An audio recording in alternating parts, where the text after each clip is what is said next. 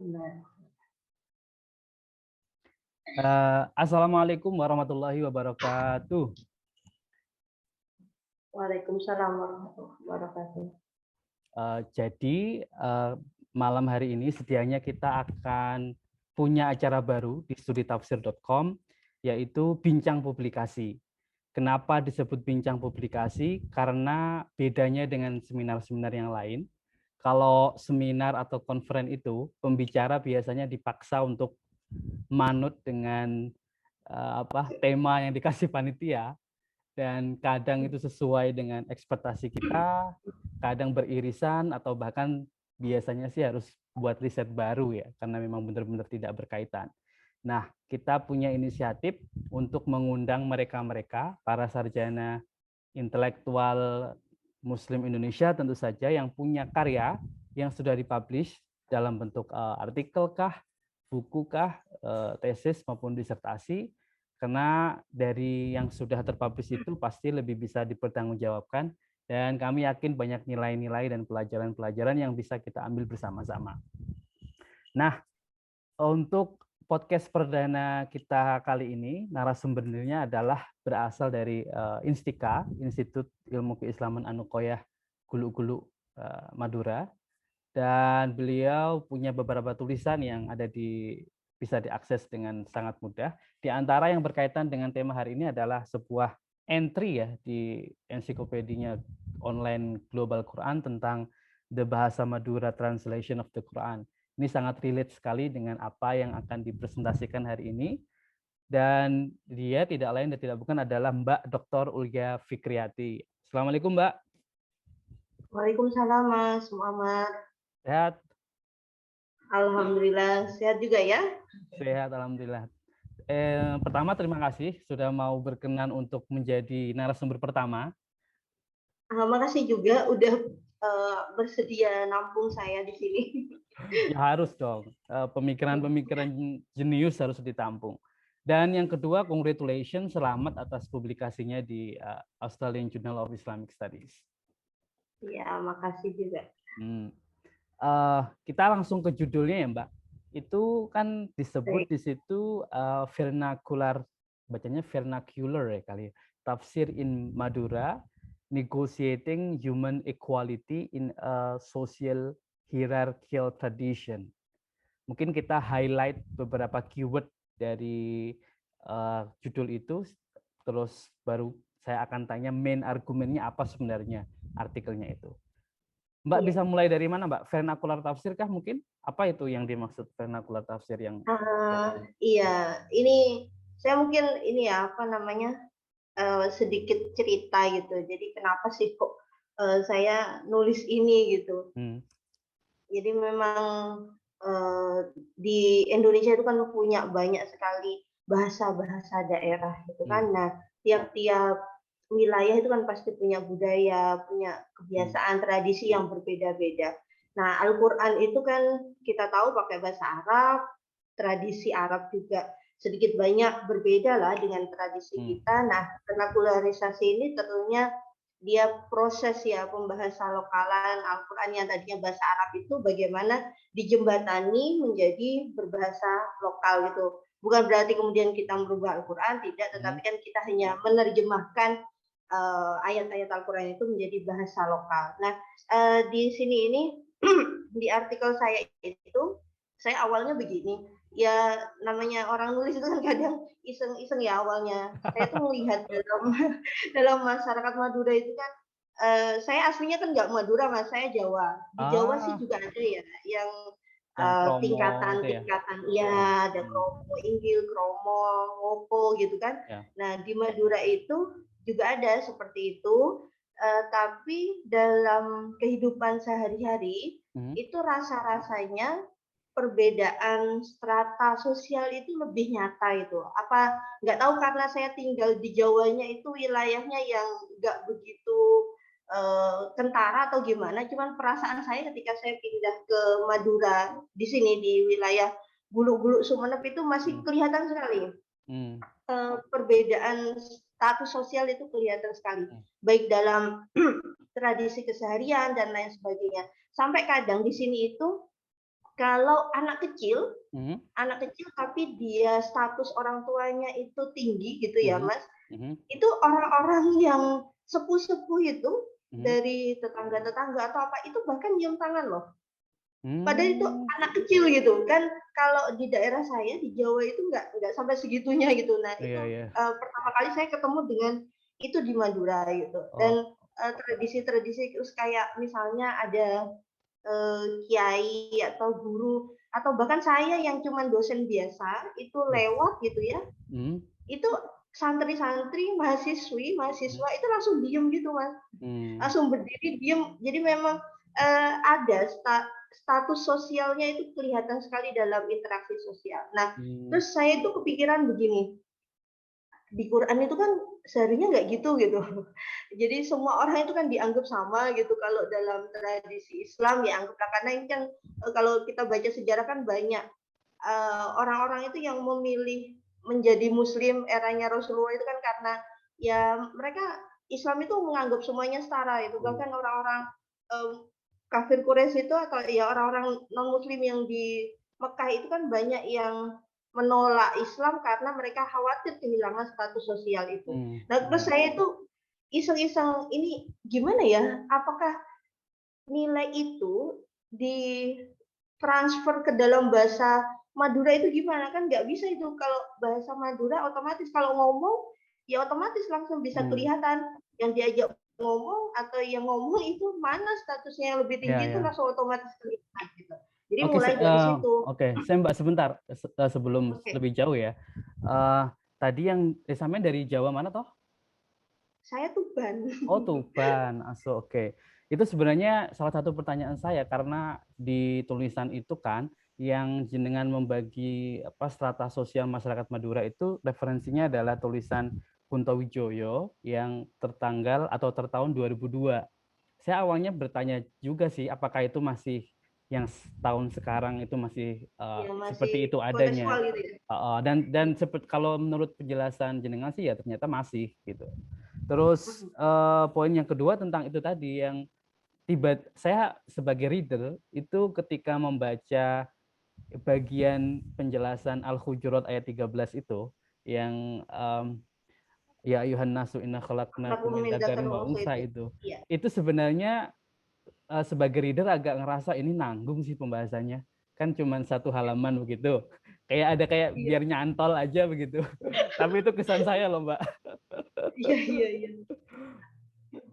Ya tapi Jadi iya, oke. kemarin itu ada ceritanya Mas, itu memang, Hmm. eee, kita itu awalnya bahas itu rada panjang ya, cuman Hmm, terus sama ini, apa namanya, editor. sama tim jurnalnya itu diminta untuk motong yang bagian itu gitu. Jadi yang bagian itu sama yang bagian awal-awal tentang pengenalan tradisi Madura itu minta dipotong, Hmm. jangan lebih dari 1.000 kata gitu kayaknya Ya, waktu ya. itu. Terus akhirnya ya dan begitulah, itu yang terjadi. Hmm, Akhirnya ya oke. memang kita, sekedar apa ya, ya dibilang cantolan ya mungkin juga ya, yang penting orang tahu aja gitu, Ya, kebayang, "Oh ya, ini loh ada ini," gitu aja ya. akhirnya. Ya tapi make sense sih akhirnya dengan penjelasan sampean tadi. Jadi ada dua hal yang kayak paradoks gitu kan.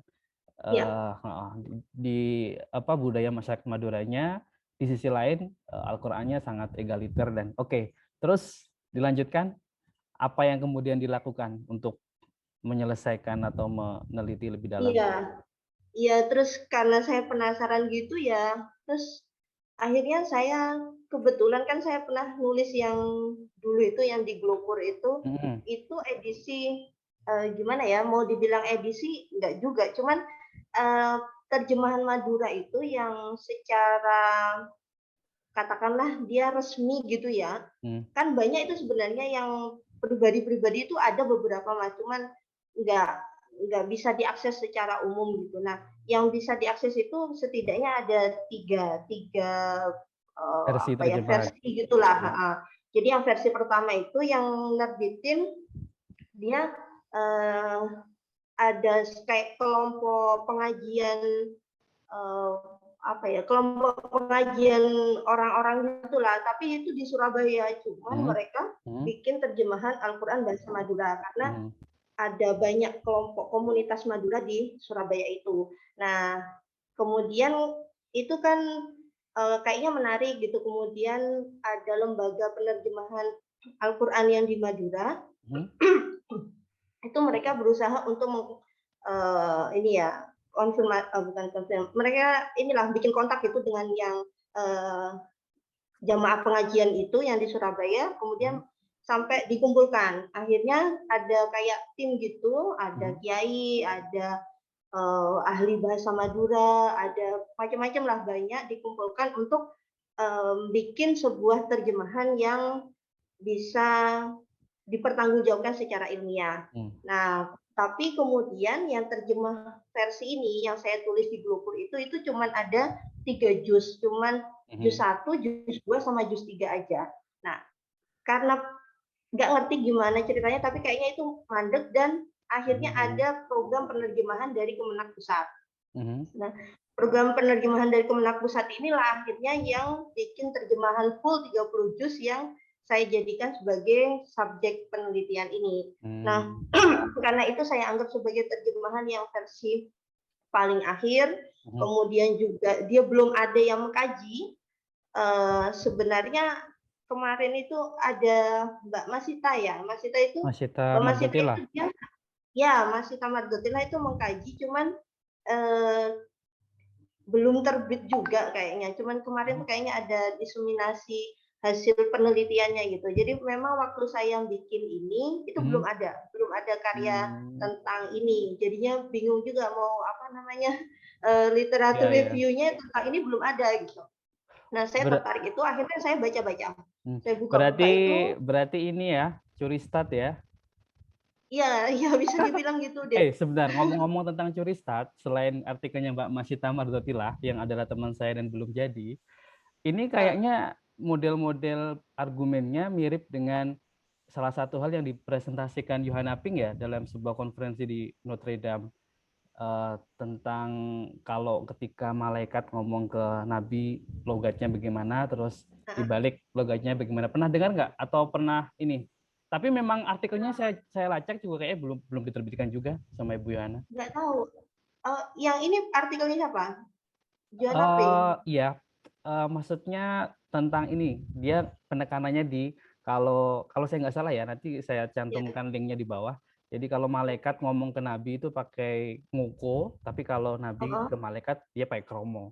Tapi kalau memang jenengan nggak pernah dengar, berarti ya ini ada dua hal yang sebenarnya seide tapi berjalan sendiri-sendiri, itu menarik juga. Nggak tahu, aku kayaknya belum dengerin.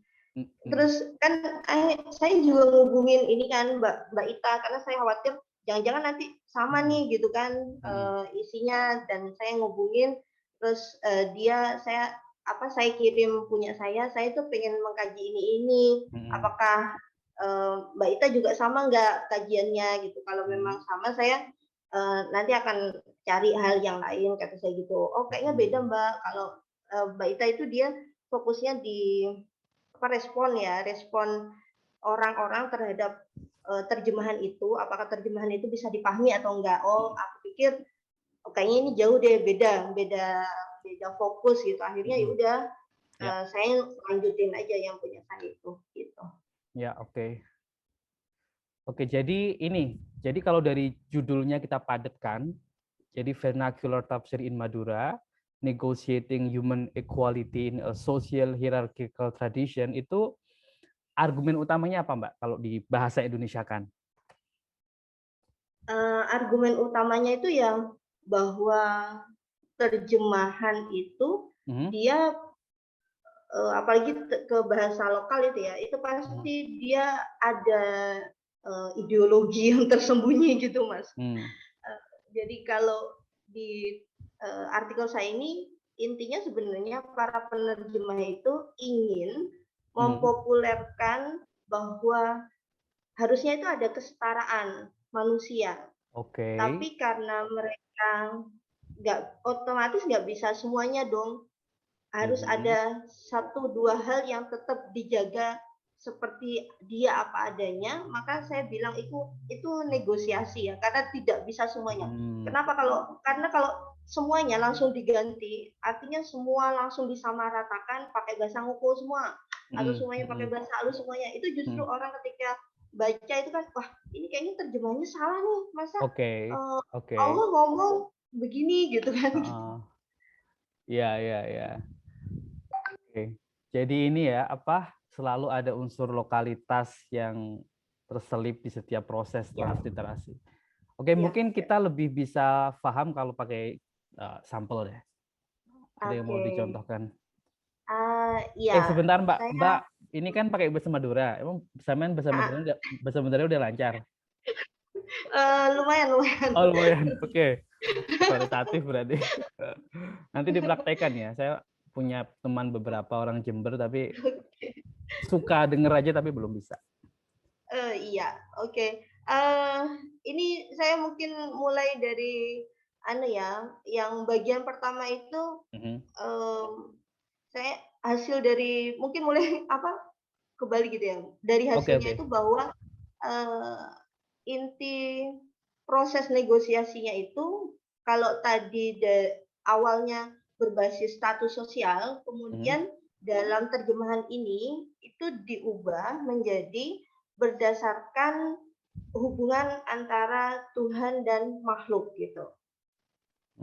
Jadi hierarkinya itu Tuhan dan makhluk gitu, bukan makhluk ke makhluk. Meskipun ada beberapa tadi yang saya bilang ada sebagian komunikasi dialog itu antar makhluk yang tetap pakai bahasa halus dan bahasa kasar, tapi yang selalu saya temukan pakai bahasa halus dan kasar itu selalu pada pola dialog antara Tuhan dengan makhluk gitu. Jadi kalau Tuhan ke makhluk itu kasar, kalau makhluk ke Tuhan halus.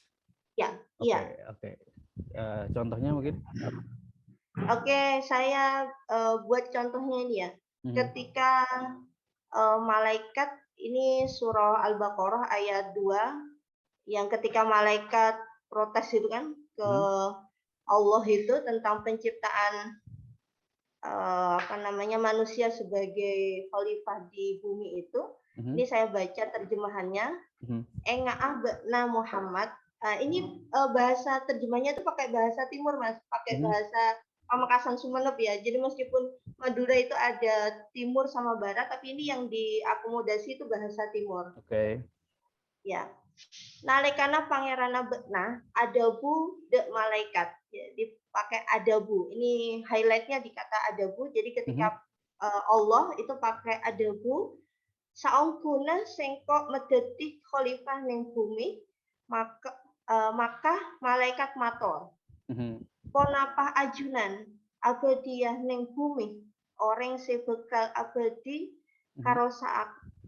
karosakan sareng madum padere. Nah ini kan pakai bahasa halus. Ada yang jelas itu ada ajunan. Ajunan itu halusnya dari be'na atau tadi yang kamu itu. Ajunan itu kalau bahasa Jawa itu panjenengan gitu kan pakai. Iya, oke. Nah ini ada itu, kemudian ada kata kaulah. Kaulah itu kalau bahasa Jawanya itu kulo. Jadi halus juga kan. Sebentar, saya biar nggak terlalu ingat tadi. Jadi yang ini malaikat bilang kepada Allah. Oke. Ya. Pakai bahasa ya pakai bahasa halus. Nah, tapi sebaliknya kemudian di ayat itu juga kan ada Allah menjawab malaikat kan. Nah, itu pakai bahasa yang kasar. Allah adabu. Saungkuna sengkok tahu dek apa sebekna kebih tak tahu. Jadi pakainya sengkok. Sengkok itu aku gitu ya. Oh, aku. Iya. Jadi pakai bahasanya kasar. Aku. Tahu itu bahasa Indonesia tahu, tapi tahu untuk yang kasar itu tahu. Kalau yang halus itu dia bukan pakai tahu. Saya lupa. Oke. Ya. Iya, intinya ini tadi terjemahan qala inni a'lamu ma la ta'lamun ya. Iya. Qala inni Oke. a'lamu ma la Ya, ta'lamun oke. itu. Oh, Nah, oke. Dan kemudian juga hmm, itu yang konsisten di kasus-kasus yang lain. iya, iya, ada juga yang manusia sama Allah gitu kan. Hmm, hmm, Itu hmm, hmm. juga saya temukan di surah Ali Imran juga begitu. Oke. Pakai halus, kemudian juga bahkan setan loh ya. Setan itu kalau sama Allah itu tetap pakai bahasa halus. Kan kalau kita bayangin Oh. tuh iblis itu kan anggap ya itu kan makhluk yang anggap dalam tanda kutip ya kurang ajar gitu kan. Iya, ya, nggak punya Tapi kalau unggah-ungguh lah. sama Allah, iya, itu kalau sama Allah tetap pakai halus loh. Hmm. Jadi di Da, surah Al-A'raf ayat 7 itu ayat 14 15 hmm, itu apa namanya yang jadi ayat 14-nya itu iblis hmm, ngomong ke Allah itu hmm, pakai bahasa halus. hmm, Nah, terus yang ayat 15 itu Allah jawab iblis pakai hmm. bahasa kasar gitu. Ah, oke, oke, oke, oke. Coba Mbak dibaca yang dari apa iblis ke Allahnya. Oke, yang dari iblis ya. Hmm, Iblis jariah mator. Moga-moga ada tosaki kaulah kantos are epanjegenah manosa dari kubur. hmm, hmm, Nah, kan pakai kaulah di situ jelas gitu. hmm, hmm, hmm, Bahwa hmm. itu pakai bahasa halus. Kemudian Ya, ya. dia karena referensinya kepada Allah maka mator. Jadi iblis itu mator, nggak Hmm. bisa iblis ngocak karena yang diajak ngomong itu jauh lebih tinggi maka harus pakai mator. Ini yang kayaknya rada beda mas sama bahasa Jawa Ya, gitu. oke. Hmm, hmm, hmm. Ya, nah kemudian dibales sama Allah. Allah itu ada bu saangpuna bekna iblis Hmm. termasuk se dan tosaki kantos are epecekena manusia dari kubur itu pakai bekna berarti kan ini kasar. Nah jadi kalau iblis ke Allah itu pakai kaulah pakai kulo, tapi Hmm. kalau Allah ke iblis pakai bekna pakai kamu gitu. Jadi bukan Hmm. bukan ajunan, bukan sampean gitu. Kalau di Madura itu sampean itu masih lebih halus daripada bekna. Gitu. Oke. Ya, ya. Saya rasa ini nanti bakal menginspirasi model-model kajian yang serupa di bahasa lain loh ya. Yang Ya karena terutama kayaknya bahasa Indonesia yang mirip punya ya. oh, kalau bahasa Indonesia kan nggak ada Bahasa stratanya kan. Tapi kalau daerah-daerah. yang misalkan Jawa atau saya kurang tahu bahasa-bahasa yang lain, barangkali yang ada juga kan bisa menduplikasi metode riset yang ini. Menarik ini. Oke. Oke. Oke, Mbak. Terus temuan yang kayaknya masih ada 2 kasus ya, yang Ya, yang nah istri ke suami. yang istri ke suami itu dia pakai kasar, Mas. Jadi kan ada ini ya, itu di surah Yusuf Mhm. di apa namanya di ayat 24 jadi kan ada apa istrinya Imratul Aziz itu kan Mhm. itu kan kalau dalam tradisi Madura Mhm. biasanya istri itu ngomongnya halus ke suami gitu. Oke. Tapi di sini padahal itu kan dua kalau menurut saya Ah, dia suaminya itu sebagai suami pertama. aha, Jadi hubungan antara laki-laki perempuan. ah. Kemudian yang kedua, suaminya itu kan bukan hanya orang biasa, tapi kan dia Al-Aziz, Al-Aziz ya, dia oke. penguasa anggaplah. Jadi di Mhm. sini saya ketemu dua, berarti ketika perempuan ngomong dengan laki-laki itu nggak ada perbedaan. Satu, kemudian kedua, antara orang biasa dengan orang yang dia punya status Aziz itu tetap pakai bahasa uh, ya sepantaran gitu karena bahasa kasar itu nggak bisa digunakan kecuali untuk orang yang dianggap setara dalam status. Berarti ini anomali yang kasus ini, yang terjemahannya. Bukan anomali, ini contoh bahwa hubungan antara makhluk dengan makhluk itu setara. Ah, oke, I see.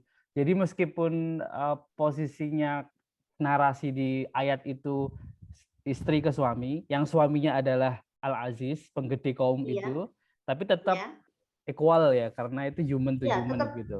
equal. Jadi ada human equality-nya itu tampak juga di situ gitu. Oke, menarik, menarik. Ada, Dan oke. Ah, itu di ayat itu juga mas, ayat yang sama itu Yusuf itu kan ceritanya kan belum jadi nabi ya, mm-mm. dia belum jadi nabi, jadi secara status spiritual nggak punya. terus dia kan juga diambil anak kan sama apa namanya Al-Aziz tadi. Itu juga dia ngomongnya pakai bahasa kasar Bahasa. juga itu. Heeh. Jadi sebenarnya sampean dan kawan-kawan itu awalnya mengidealkan atau bukan mengidealkan. Jadi si penerjemah ini sebenarnya punya opsi untuk Ya, menerjemahkan ini dengan bahasa halus karena iya konteks-konteks tadi. betul. Tapi si penerjemah Iya, memilih untuk tetap satu level begitu, dan persis. ini Iya, menurut jenengan karena ada itu tadi human to human itu iya, basis ID iya. gitu. Oke, ya. Terus ada kasus lain mungkin yang Ya, mirip-mirip.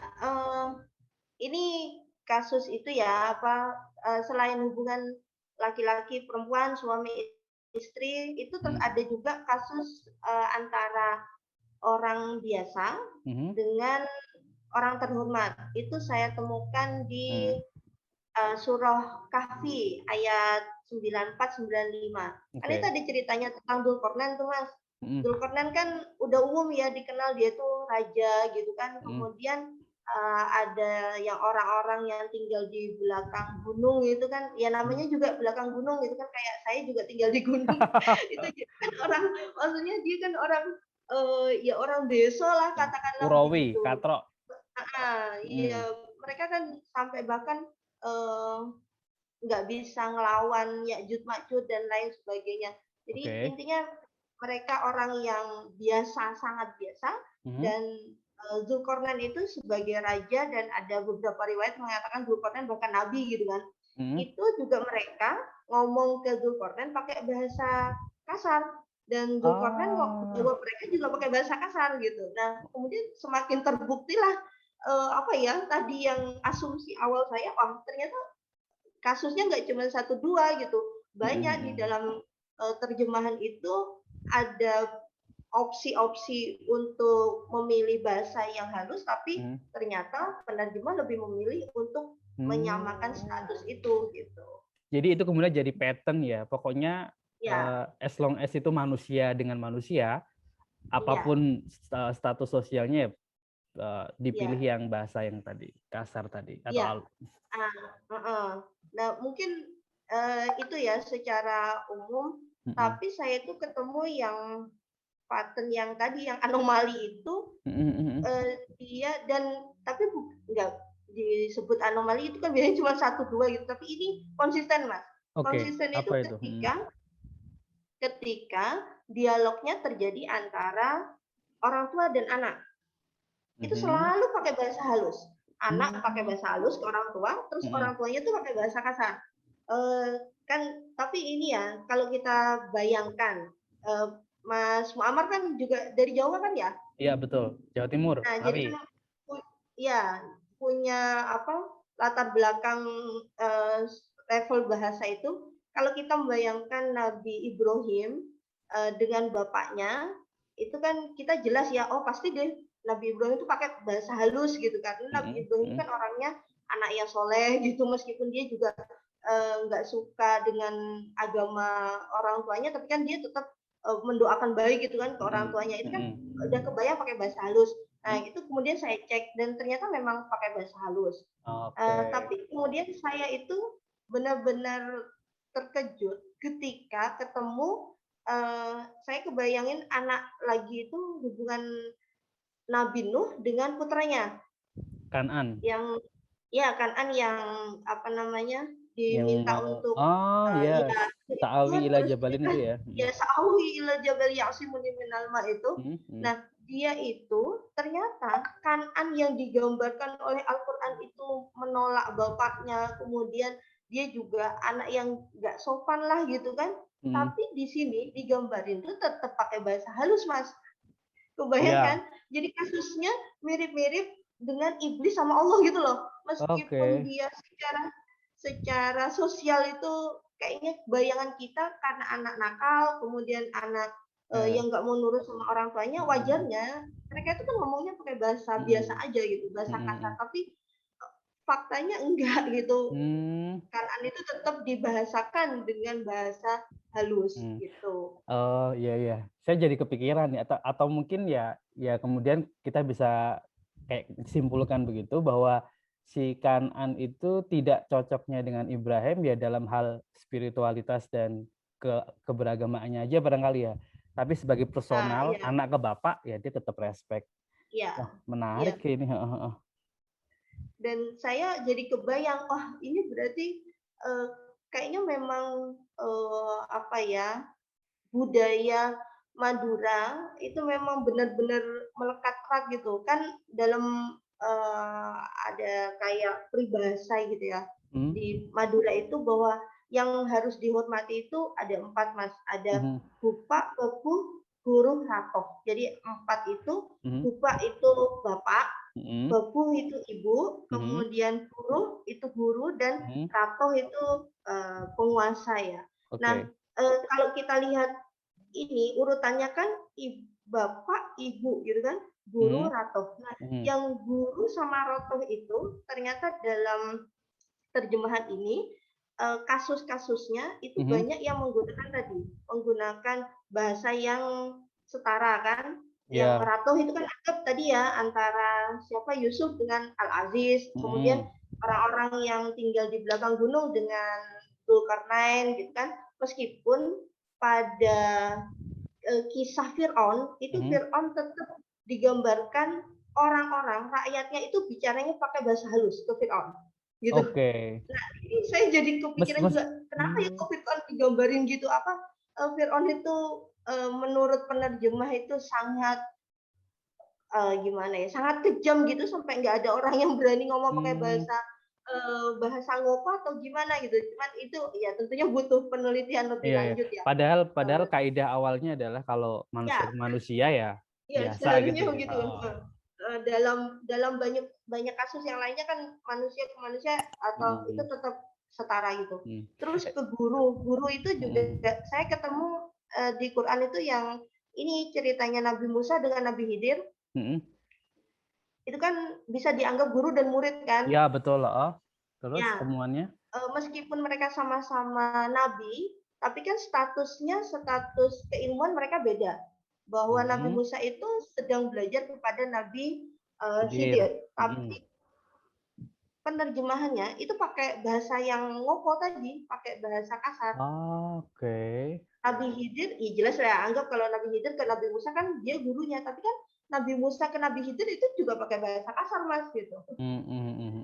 Ini butuh penjelasan lagi nih ya dari tapi detail-detail yang barusan Mbak Ulia sebut ada di artikel yang tentang ya, itu ada sih, ada. Yang peribahasa orang Madura tadi? Ya, betul ada di artikel saya ada. Nah, terus akhirnya saya dalam analisis saya sepertinya proses negosiasi kesetaraan manusia itu baru berhasil dipakai di level ratoh dan guru. Dua level yang paling bawah gitu. Sedangkan untuk level yang bapak level yang bapak ibu itu nggak bisa, dan kayaknya dimanapun nggak bisa diutak-atik nih yang dua gitu. Jadi negosiasinya di dua yang bawah, sedangkan dua yang atas ya tetap hua-hua gitu, nggak bisa diubah lagi gitu. Sebejat apapun anak ya tetap kalau bapak ke ibu harus hormat gitu ya. Iya, intinya itu.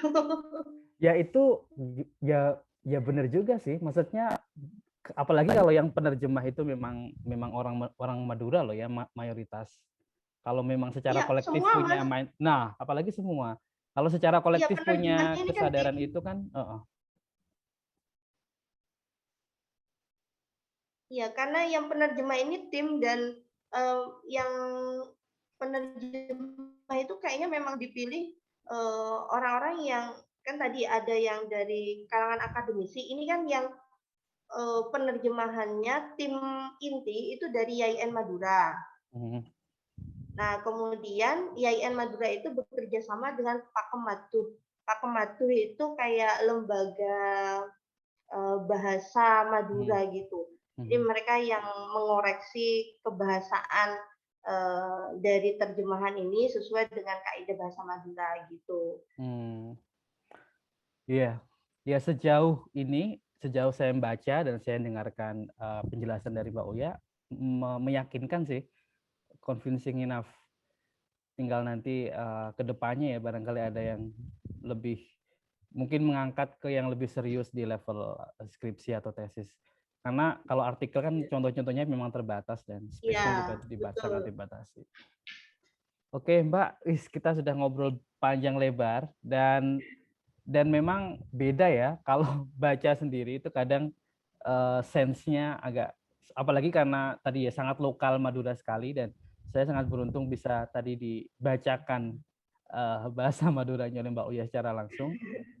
Mungkin sebagai penutup, menurut saya yang 2 kalimat terakhir penutup itu bagus. Atau Mbak Uya mau membacakan atau saya yang di artikel? Nggak apa-apa, silakan dibaca aja. Oke.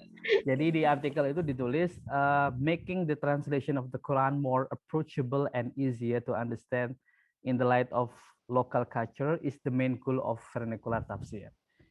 Tujuan utama vernacular tafsir adalah membuat Al-Quran atau translasi Quran itu lebih mudah difahami dan lebih mudah didekati oleh local audience itu. Thus, local reader feel the Quran is addressing them too. Ini menarik ini menurut saya.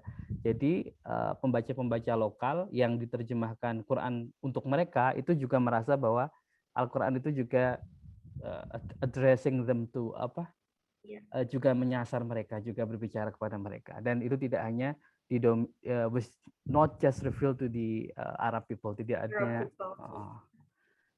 Oke, Mbak, terima kasih banyak loh sharingnya. Ada satu pertanyaan titipan. Ini kok bisa bertiga yang nulis? Siapa inisiatornya? Bagaimana prosesnya? Barangkali menarik untuk di sharing ke kita. Iya, oke, yang sedikit cerita ya. Itu jadi awalnya itu kan sebenarnya waktu itu Mbak Lin yang posting di di grup WA itu tentang call for paper itu. Awalnya tuh saya aduh, berani nggak ya nulis gitu. Terus terang ini tulisan artikel bahasa Inggris pertama saya, Mas. Jadi ya bahasanya begitulah, namanya juga pelajaran. Nah, terus waktu itu saya masih setengah-setengah gitu kan. Pertama mau mengkaji apa ya gitu. Terus nggak taunya Kak Uma, Kak Subhani itu bilang di grup, yang ayo dong kita join, siapa yang mau join gitu. Dia nggak addressing personally enggak, cuman ngomong aja, ngelempar di grup itu. Terus saya japri, Kak, gimana serius nih mau join, kata aku kan. Terus kata Kak Uma, iya yuk dong gitu, tapi aku nggak ada ide, kata dia gitu. Oke lah, idenya aku cari-cari, kata saya gitu. Ya udah itu. Nah terus saya itu waktu itu lagi kejar juga Mas, yang ICRC itu. Terus saya mikirnya, aduh kalau ngerjain sendiri kayaknya nih khawatir nggak selesai gitu. Akhirnya saya ngobrol, udah emang dari awal proses itu kan saya suka tukar omongan lah sama suami itu kan. Ya udah, terus kata saya, mau nggak join juga ke kelompokku, kata aku gitu. Tapi aku nggak paham gimana dulu inti risetnya kayak gimana. Ya udah saya bilang gini, terus dia bilang juga, oh ini gimana kalau di ini gini, oh ya ini gini, oke lah. So udah akhirnya jadilah nulis yang bertiga itu. Gitu. Iya. Ya selalu ada cerita di balik terbitnya sebuah artikel ya, yang kadang justru itu menarik untuk di sharing. Baik, sekali lagi Mbak Dr. Ulia Fikriati, congratulations atas publikasinya. Ini tentu punya kontribusi besar karena biasanya orang bahas transliterasi, saya kira belum ada yang memang model risetnya seperti ini, sangat dalam ke lokal culture-nya. Dan ini semoga bisa memantik tema-tema diskusi serupa, penelitian serupa. Saya kira bisa nanti ke depannya. Terus satu hal lagi, nanti saya undang lagi, mau ya? Siap. Semoga nggak mengecewakan. Enggak. Nanti kita ini. Baik, begitu podcast pertama dari studitafsir.com tentang vernacular tafsir di Madura. Kurang lebihnya mohon maaf. Assalamualaikum warahmatullahi wabarakatuh. Waalaikumsalam warahmatullahi wabarakatuh.